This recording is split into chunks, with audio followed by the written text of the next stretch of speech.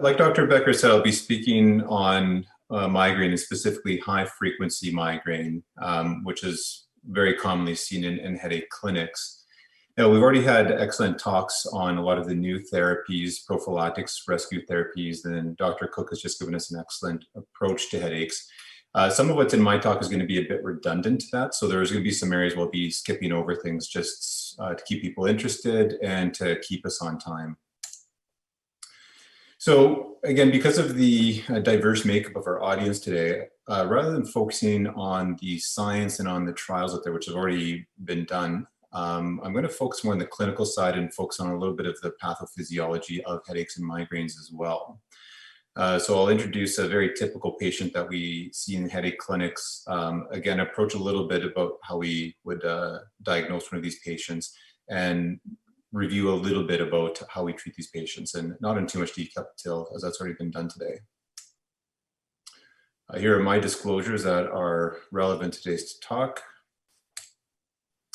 And whenever I'm talking about migraine, I always like to start off with the burden of migraine, just so we get a good sense of why is this so important and how does it impact our healthcare system and society, and why we need to take it serious. So the best place to get this data is usually from the global burden of diseases, injuries, and risk factors. So this is a semi-regular survey from countries and regions around the world, measuring the major causes of disability, suffering, and the different diseases available, or diseases that are causative out there. The most recent one was in 2017, and the data for that from quite a while ago was from 1990. And even though we're decades apart, headache disorders come through as the #2 cause of disability on a global basis. So that's including all cardiovascular, pulmonary, infectious disorders, any other medical conditions. Headaches are still #2 for disability. So these are just some graphs from that same study showing how prevalent these conditions are. So according to the 2017 data, there's about 3 billion people, billion with a B, globally that have some form of headache disorder. So in this top graph, the blue line represents women and the pink line is men. And when we look at migraine, for women, they tend to have between 20 up to 30% prevalence rates of migraine. And this is a really broad peak that sort of encompasses from the 20s to late 50s. So the really productive parts of someone's life. And men are going to be around 10 to 15%. Tension type headaches are much, much more common. Anywhere from 40 to almost 60% of women will have this, again, with that peak between the 20s and late 50s. And for men, we're still looking at between 20 to 40% of men will have this at some point. So just from the Canada data, so in Canada alone, there's about 6.3 million people in the survey that are suffering from migraine, and about 8.7 million people that are suffering from tension type headaches. So very, very significant proportions. Now, just to come back to what we've talked about in other talks today, even though tension type headaches are much more common, because migraine is so severe, it causes much higher levels of disability.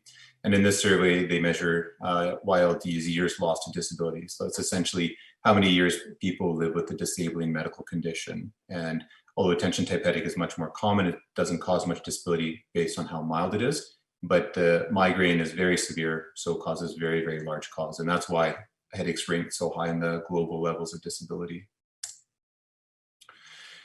So from the clinical side, I want to start by talking about a very, very typical patient. And this isn't a real patient, but she is represented by probably hundreds of patients in my practice alone and thousands of patients in other headache clinics. So the patient we're going to talk about is a 45-year-old woman, lives in Edmonton, works as a registered nurse. She's generally very healthy, doesn't have any significant medical issues or illnesses. But she is plagued by very frequent headache attacks, neck pain. She still holds down a full-time job, and she does miss work sometimes, has to take it off due to her headaches and pain. More often than not, though, she ends up going to work in pain, and she has difficulty functioning at full capacity. And even when she's not working, she misses her kids' sporting events, social outings with her friends, family get-togethers. Now, she's been experiencing this pain since her early teens, and there's nothing that she can really think of that triggered this. And over the years, the frequency and the intensity of pain has become more severe, more disabling. And she's a very active, very intelligent person. She's been proactively researching and guiding her own treatments, but she's met limited success with that. So when she charts her headache, she sees that at least half of her month is a moderate or severe headache that impairs her ability to function. But even most of her other days are at least a mild headache. It's very rare for her to have a completely pain-free day. Now, she most commonly experiences pain in the forehead and the temples, but she actually has a lot of pain other places in the head of the neck. And the other pains can precede the severe headaches by hours or even a day. And these other pains are often associated with feeling fatigued or grumpy or yawning or other vague symptoms. So she's tried to identify different triggers for headaches and tried to address those. So most commonly, she experiences achiness and pain in her neck. And this will usually start before she has a headache, and eventually the pain evolves and migrates into the head, and she develops one of her severe headaches. So she's seen massage therapists, physiotherapy, she's had cervical manipulation, she does stretches, has had ergonomic assessment, and she perceives some limited and transient benefit, but has never really gotten to the root of the problem. She also complains of what she calls sinus pain, and what she means by that is pain between the eyes or pain across the upper cheeks. But the sinus pain can happen any time of the year. She's theorized that maybe it's secondary to sinus infections or allergies. She's seen an ENT specialist and has had a normal examination with no diagnosis. But she still tries to treat this sinus pain with over-the-counter decongestants and sinus rinses and antihistamines. Again, she perceives some limited transient benefit. She can get pain into the tooth region and into the jaw, radiating through her face. She's seen her dentist several times. She's even had some root canals, which hasn't gotten to the root of the pain. And she sleeps with a TMJ splint, which again, she thinks maybe helps things a little bit, but doesn't treat her headaches all the time. And frequently she has pain in her eyes, one eye or the other with her headaches. She's seen an ophthalmologist, but her eyes appear very healthy. She has normal pressures. She's purchased some reading glasses and maybe has some benefit, but nothing major. So does she just have bad luck? Does she have all these problems? Does she have pathology in her neck, her sinuses, her eyes, her teeth, her jaw? Or why isn't she getting better if she's actually treating all of these areas?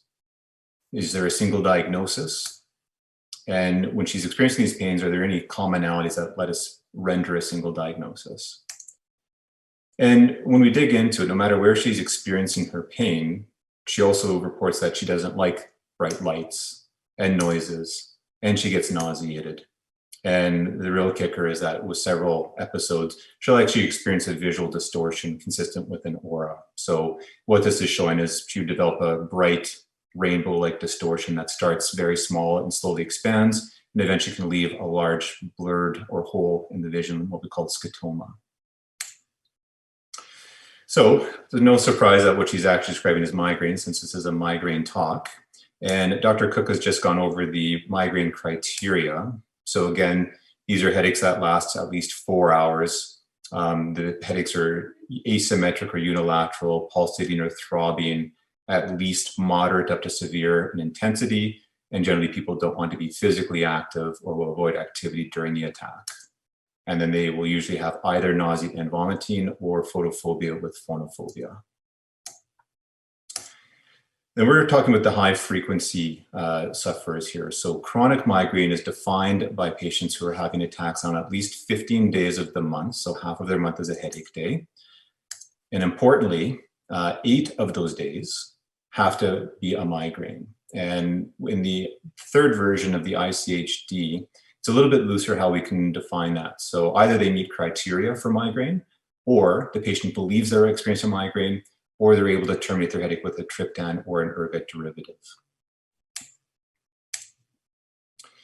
Now, this was pretty much the entire point of Dr. Cook's talk, so I won't go over this. So whenever we see a headache patient, step one, always, we rule out the secondary and worrisome headaches. And we can never have a talk about Dr. Dodick's mnemonic, SNOOP4. Again, I will not go over this. And there's also some orange flags that are not quite as alarming, but always make us raise our eyebrows a little bit. So this could be a headache that is strictly side-locked, a new headache that's in pregnancy or postpartum, which is a hypercoagulable time, a headache that's intractable, headache that's upon waking, patients who are either immune suppressed or on anticoagulants, or patients who are developing symptoms like jaw claudication or visual symptoms, which could be seen in giant cell arteritis. Now, for diagnosing a new headache patient, it's just good to be aware of what the general format of the 𝐒𝐔𝐁𝐄, the International Classification of Headache Disorders, takes. So we usually will describe a headache by the number and frequency of the attacks, how long the attacks last for, we describe the pain, and we describe the associated symptoms. And just by talking about the number and frequency of the attacks along with the duration, we can greatly shorten our differential of what we're dealing with. So if we look at 3 different headache sufferers with 3 different types of headache, we have a very different idea of a patient who has several headaches per week lasting hours to a day at a time versus a patient who's having multiple attacks per day lasting 15 to 30 minutes, and finally a patient having hundreds of attacks per day lasting seconds at a time. So for number 1, we might be thinking about migraine or tension headache. Number 2, we might be thinking about one of the trigeminal autonomic cephalalgias like cluster headache. And very brief, very severe ones would be consistent with neuralgia form pain like trigeminal neuralgia or occipital neuralgia. Again, if we just look at the location of pain, so 3 different sufferers, generalized cholecephalic, a patient who has very asymmetric headaches, or strictly unilateral. Number 1 would be suggestive of tension type headache more than migraine. We also see that distribution patients who have either hypo or hypertension intracranially. Asymmetric headaches are very typically migraine, and strictly unilateral could be things like neuralgia form pain, the trigeminal autonomic cephalalgias, or cervicogenic headache, meaning coming from the innervated structures of the neck. And then the associated symptoms. So this is what we were talking about before, asking patients about photophobia, noise sensitivity, nausea, and then the aura. So explaining why patients can experience the pain and the symptoms they are really comes down to the neuroanatomy. And this is a schematic drawing of the trigeminal neurovascular system. So the trigeminal nerve is the major pain nerve of the face and of the head. It innervates most of the pain-sensitive structures. The information comes in, and importantly, there's a nucleus in the brainstem called the trigeminal nucleus or the trigeminal cervical complex. And it's actually very long, very skinny, and it radiates all the way through the brainstem and into the upper spinal cord. Now, once the sensory information, the pain information has come in, it is sent up to the thalamus and eventually up to the cortex, where somebody becomes consciously aware of pain. Now, there's more going on here than just incoming sensory information. There's also efferent or outflow information, which can cause sterile inflammation and release of some of those other pain neurotransmitters you've heard elsewhere, like CGRP and PACAP. In a more cartoonish drawing, that trigeminal nerve has 3 primary branches. So the V1 branch mostly goes to the eyes, the nose, the forehead. The V2 branch goes into the upper teeth, the maxillary teeth, as well as the sinus area. And the V3 branch goes into the jaw and the mandibular teeth. So essentially, this explains why patients can misinterpret what might be generating their pain, because essentially migraine pain can radiate into any one of these areas. In another schematic drawing of the system, so again, the trigeminal nerve brings in sensory information. And here's that very long nucleus that goes all the way down into the upper spinal cord. And importantly, we're seeing that the upper spinal nerves also will synapse in here. So we have pain information not only coming in from the face, but also from the upper spine. So this nucleus is sort of an overlap area where there's crosstalk between the face, the head, and the neck. And very old studies have shown that by inducing pain in the neck at different areas, that's what this red arrow is showing, you can actually cause patients to perceive pain in the frontal area. So there's not only the neuroanatomical crossover, but functionally we see pain can radiate from one area to another. And again, in just a more detailed summary here, we not only have the trigeminal system here, But higher up, we have the hypothalamus, which traditionally we think about as controlling a lot of our neurovegetative systems, appetite, drive, sleep-wake cycles, but more convincingly has a role in the generation of different headache disorders, including migraine. And the thalamus is the major sensory switching station, so before information gets sent to the cortex. So this is a schematic drawing of what patients may experience during a migraine attack. So there's different phases. This is what most people are aware of in migraine. So the severe headache, the nausea, the vomiting, the light and the noise sensitivity. But what I alluded to before is that there's also this pre-ictal, this warning phase, where there's essentially a kindling of some of the neurologic systems. And this is when patients may get the more vague pains, the sore neck, grumpiness, tiredness, they start yawning. And even after the headache has terminated, there's often this hangover phase or a post-ictal. And this drawing comes from a very interesting study, which was an N of 1. But they had a single patient who underwent a functional MRI every single day for 30 straight days. And they were able to capture 3 distinct migraine attacks in this patient, both pre-ictal, ictal, and post-ictal. And what they saw that in this pre-ictal phase, there was actually some activation and alteration within the hypothalamus, which was occurring up to a full day before the actual headache started. During the pain phase of the migraine, there's activity in the rostral pons and midbrain, which is more traditionally thought of as the pain generators. And post-ictal, there's altered activity within the occipital regions. So there's a lot of interior and external influence that generate migraines. So there's only a few monogenetic conditions or diseases caused by one mutated gene, but there are multiple susceptibility genes that will push people to be more likely to have migraines. And we know that migraines run very, very strongly in families. Patients will often complain of barometric pressures or external stressors. We know that diet is extremely important. Menstrual cycle, pregnancy, hormones have very, very robust effects on migraine. And then various drugs, both good and bad, can affect somebody's migraine threshold. So if all of this stuff adds up and pushes somebody over threshold, we see that hypothalamic activation, change in the thalamocortical circuitry, and then we see the brainstem activation, cortical brain depression, so the actual migraine attack that we think of, and the release of some of these neurotransmitters that are the targets of the more up-to-date therapies that Drs. Dodick and Becker have discussed today. Now, I'm going to finish up today by talking about the treatment options for migraine. And this is really important because the more time somebody spends in pain in a migraine attack, the more sensitization happens to the peripheral and the central structures. Meaning that if somebody's in pain more time than not, they're going to kindle their systems and they essentially will have a lower threshold for more migraines and more pain in the future. So in broad strokes, we treat migraines either with rescue therapy, meaning shutting down an acute attack, or prophylactic therapy, so preventing the total number of distinct migraine attacks. And realistically, we'll use both of these options as a strategy to limit how much time people actually experience migraine pain. Now, this, again, has already mostly been gone over. So for rescue options, we have the NSAIDs, we have the triptans, we have ergots. Often we'll give this as an IV in a hospital setting, some combination therapy. And we've already touched on the dietans and GPANT medications, which we should have fairly soon in Canada.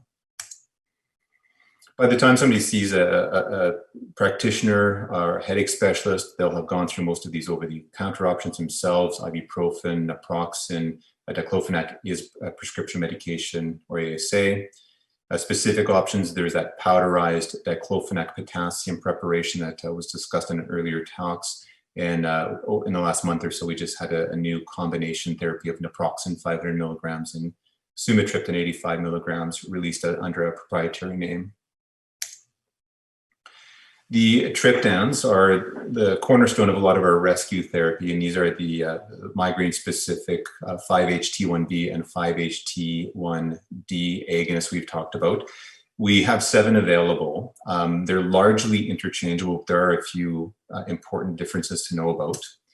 So sumatriptan and zolmitriptan are the two that we have alternative non-parenteral formulations available. So zolmitriptan we could get as a nasal spray. Sumatriptan in Canada, we can get it as a subcutaneous injector or as a nasal spray. There's work as developing sumatriptan as a breath-delivered intranasal powder or even as a transdermal patch.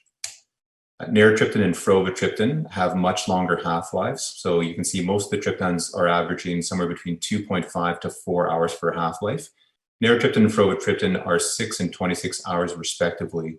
So for some of our patients, they will originally respond to a triptan medication, but the efficacy wears off and the headache relapses. So we can consider this. Or for some patients who have menstrual migraines, so very predictable migraines happening at the same time every month, we can even use a long-acting triptan like frovatriptan twice a day for several days as a sort of mini prophylaxis. Rizatriptan, there's been some studies suggesting that perhaps it's a bit more effective at a 2-hour pain-free rate compared to other medications. But like Dr. Becker said, the pharmacokinetics don't always predict what's going to happen in a patient, and some patients will have a preferred triptan. I do want to talk about opioids and barbiturate therapy for migraine, and specifically why we should not be using them. So a lot of people in the audience are probably familiar with the concept of medication overuse headaches, or classically called rebound headaches. So we diagnose this again in patients who have chronic headaches. So more than half of their month is a headache day, and they're using a specific medication at least 10 of those days, and they've been doing it for several months. Importantly, well, we need to see that the headache has worsened while they're overusing the medications, and to clinch the diagnosis, the headache should remit to their previous pattern within 2 months of discontinuing the offending medication. This is an article I like to show my patients just because it comes from a regular newspaper. It comes from the BBC. And the headline is, "Painkillers are the cause of millions of headaches." And this isn't worldwide. This is just talking about in the UK. There's up to 1 million people who are experiencing chronic headaches from simple analgesics like acetaminophen or paracetamol in the UK and NSAIDs. A lot of the risk for medication overuse headaches are similar for risk factors for chronic migraine anyway. So women are more likely to experience this than men. It really does seem to be a factor in migraine and not so much other headache disorders. Elevated body mass index, low socioeconomic status, and it's particularly problematic for first-generation immigrants. And there's a study of Turkish immigrants to Germany showing that up to 1 in 5 new immigrants were experiencing medication overuse headaches. And by the time the second generation, their kids were screened, it was down to perhaps 3.5%. So really the prevention for medication overuse headaches, or the treatment is prevention. So we want our patients to be aware of this because this isn't something that we can do for patients. It's something they have to do themselves. So we want them to make sure that they're only using their rescue medications 10 to 12 days per month if possible. But that means 18 to 20 days where they're not using something. So that doesn't mean a triptan, 12 days, acetaminophen, 12 days, an opioid, 10 days. That still adds up to having rescue medications every single day.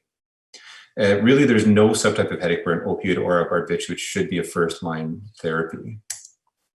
And I also like to remind people of the CDC guidelines for prescribing opioids for chronic pain. So this was published in 2016.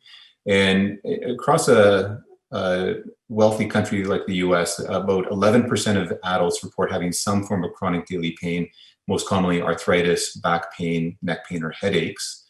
And through essentially a giant meta-analysis, the CDC found no role for regular use of opioids in non-cancer, non-palliative pain.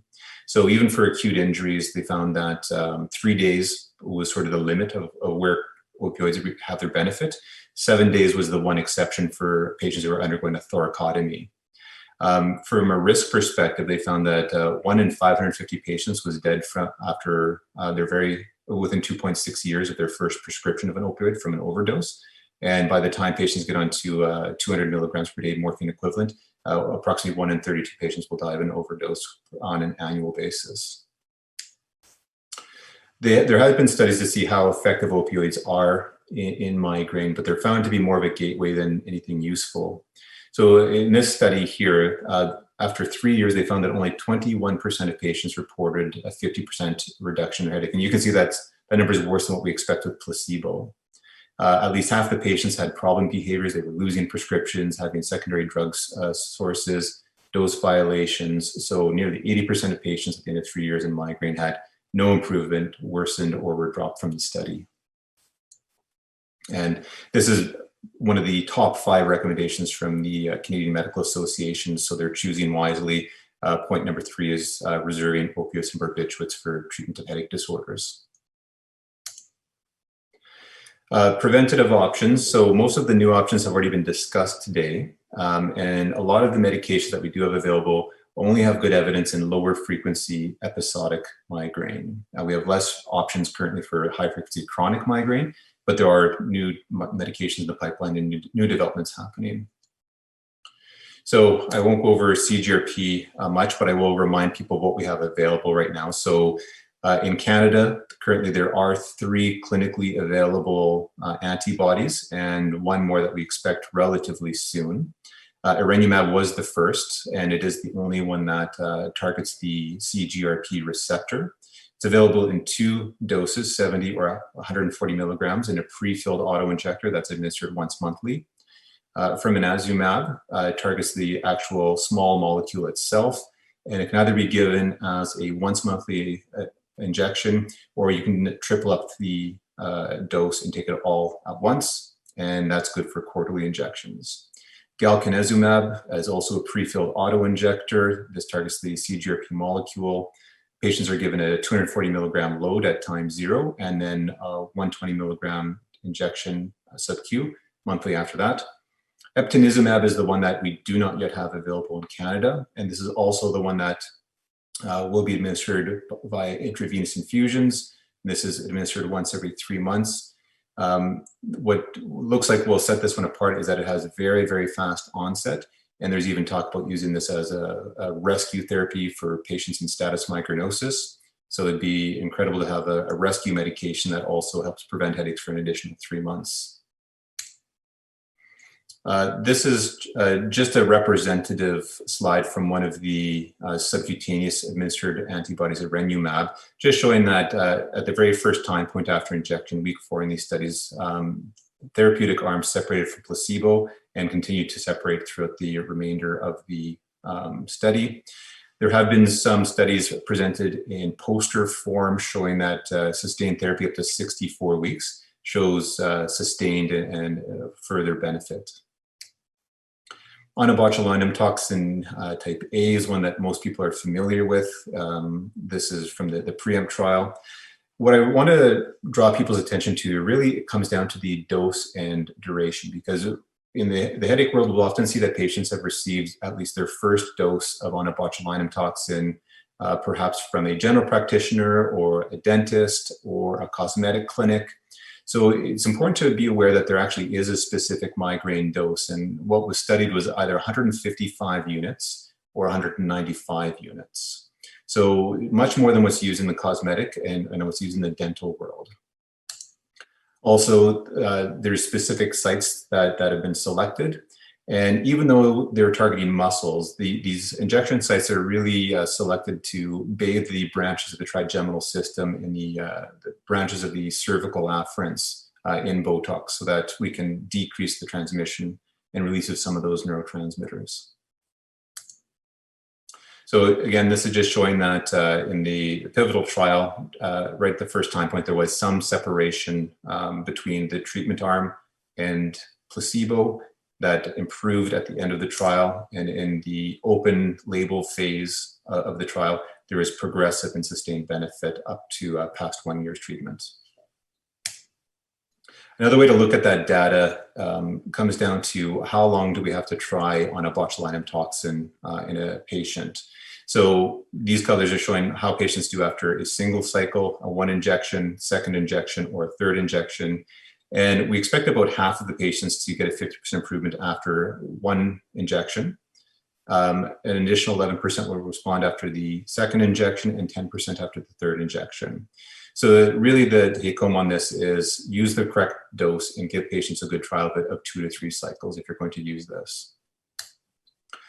The one... Dr. Knash, can I just interrupt? Could you summarize? We have some time for questions.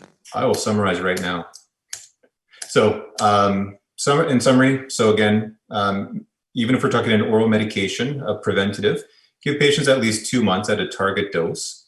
Whenever we start a migraine medication, it's not a lifelong or permanent treatment. So if somebody's doing really well for 6 to 12 months, it's reasonable to try to wean people off of the medication in the future. So choose an appropriate prophylactic, use the proper dose, use the proper duration. And I will just wrap up with a picture of what Lake Louise looked like at the conference last year for everybody who is doing this remotely rather than actually getting to experience the mountains.